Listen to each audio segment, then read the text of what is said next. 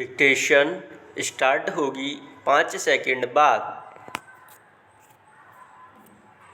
Start. महोदय, राष्ट्रपति ने अपने भाषण में राज्य भाषा आयोग की रिपोर्ट के संबंध में कहा है कि हम सदस्यों की राय लेकर भाषा संबंधी कोई नीति घोषित करेंगे। मैं समझता हूँ कि भाषा का प्रश्न इतना जटिल नहीं था जितना कि उसको बना दिया गया है। इस जटिलता को लाने में जहाँ उन लोगों का हाथ है जो सरकार में नहीं है, वहाँ इसमें भारत सरकार की भी बड़ी जिम्मेदारी है। मुझे वह दिन याद है जब मैं छोटा था और देश गुलाम था। उस वक्त महात्मा गांधी हिंदी के संबंध में चर्चा करते थे और उनकी कृपा के फलस्वरूप और उनके प्रयास के फलस्वरूप सभी प्रांतों में हिंदी की सभाएं खोली गईं और वहां हिंदी का प्रचार किया गया। उस समय हम अंग्रेज़ों के गुलाम थे और अंग्रेज़ों ने ही हमारी राजभाषा अंग्रेजी घोषित कर रखी थी। तब हम अंग्रेजी से दूर थे और हिंदी के निकट थे, लेकिन आज जब हमारी अपनी सरकार है, अपना शासन है, हम हिंदी से दूर होते चले जा रहे हैं। एक समय था जब देश में हिंदी के संबंध में एक मत था। जब देश स्वतंत्र हुआ उस समय हिंदी के संबंध में घोषणा हो जानी चाहिए थी, लेकिन उस समय सरकार चुप हो गई। पैरा। अब जो देर हो रही है, इससे भाषा संबंधी समस्याएं बढ़ती जा रही हैं। मैं नम्रता के साथ सदन के सदस्यों के सम्मुख यह निवेदन करना चाहूँगा कि कितनी विचित्र स्थिति है कि आज हमको अंग्रेजी भाषा का मोह पैदा हो रहा है। आज हिंदी देश की मुख्य भाषा है, इसमें कोई दो मत नहीं हो सकते। यह सबसे अधिक बोली जाने वाली भाषा है। आज इसका विरोध बढ़ता जा रहा है। कुछ ऐसी बातें हो रही हैं जिससे मालूम होता है कि हिंदी का विरोध प्रादेशिक भाषाओं से है, लेकिन ऐसा नहीं है। सच पूछा जाए तो बात यह है कि अंग्रेजी भाषा के स्थान पर हिंदी को लागू करने का प्रश्न है।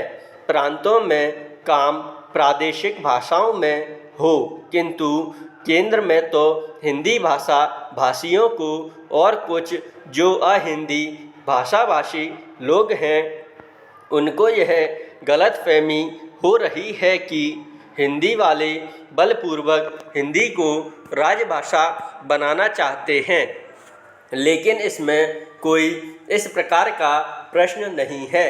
यह तो केवल आपस में समझने का प्रश्न है।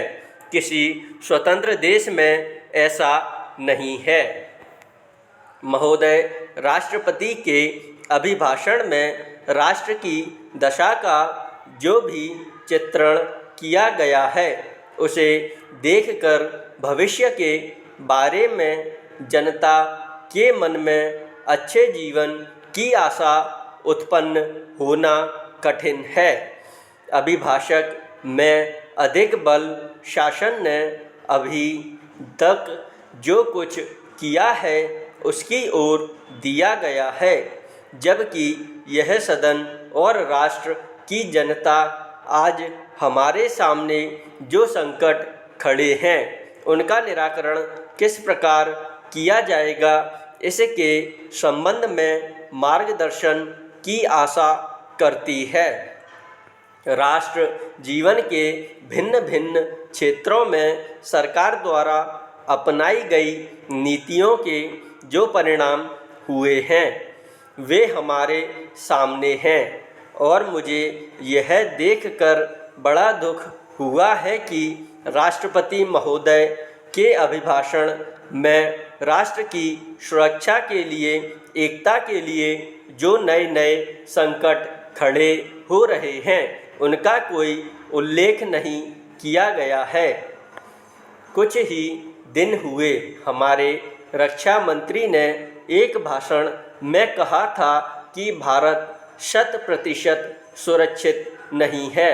किसी देश का रक्षा मंत्री सार्वजनिक रूप से इस तरह के विचार व्यक्त करे तो यह प्रश्न स्वाभाविक रूप से खड़ा होता है कि राष्ट्र की सुरक्षा की ओर, जो कि सर्वोपरि है, ध्यान देने के लिए पूरा प्रयत्न क्यों नहीं किया गया। सभी जानते हैं कि सुरक्षा के लिए जो भी संकट है वह हमारे पड़ोसी से है और वह पड़ोसी आणविक शस्त्रों की मांग कर रहा है। वे शस्त्र किसके विरुद्ध काम में लाए जाएंगे, इसके संबंध में किसी को संदेह नहीं है, किंतु प्रश्न है क्या हमारा सैनिक बल, हमारा साज सामान किसी भी आक्रमण का सफलतापूर्वक सामना करने में समर्थ है। मैं यह स्वीकार करता हूं कि किसी बड़े युद्ध की आशंका नहीं है, किंतु पाकिस्तान के नेता अपनी जनता का ध्यान वहां की गिरती हुई आर्थिक स्थिति से दूर करने के लिए किसी भी समय कश्मीर के प्रश्न पर अंतर्राष्ट्रीय सैनिक हस्तक्षेप को निमंत्रण देने के लिए झगड़ा कर सकते हैं और कोई भी परिस्थिति उत्पन्न हो। देश की जनता इस सरकार से यह आश्वासन नहीं चाहती है कि जहां तक पाकिस्तान के आक्रमण का प्रश्न है, भारत 100% सुरक्षित है। इस संबंध में सरकार को जनता के मन में विश्वास उत्पन्न करने का प्रयत्न करना चाहिए। जहां तक कश्मीर का प्रश्न है, सरकार किसी भी अन्य विदेशी शक्ति से वार्ता करने के लिए तैयार नहीं है। स्टॉप।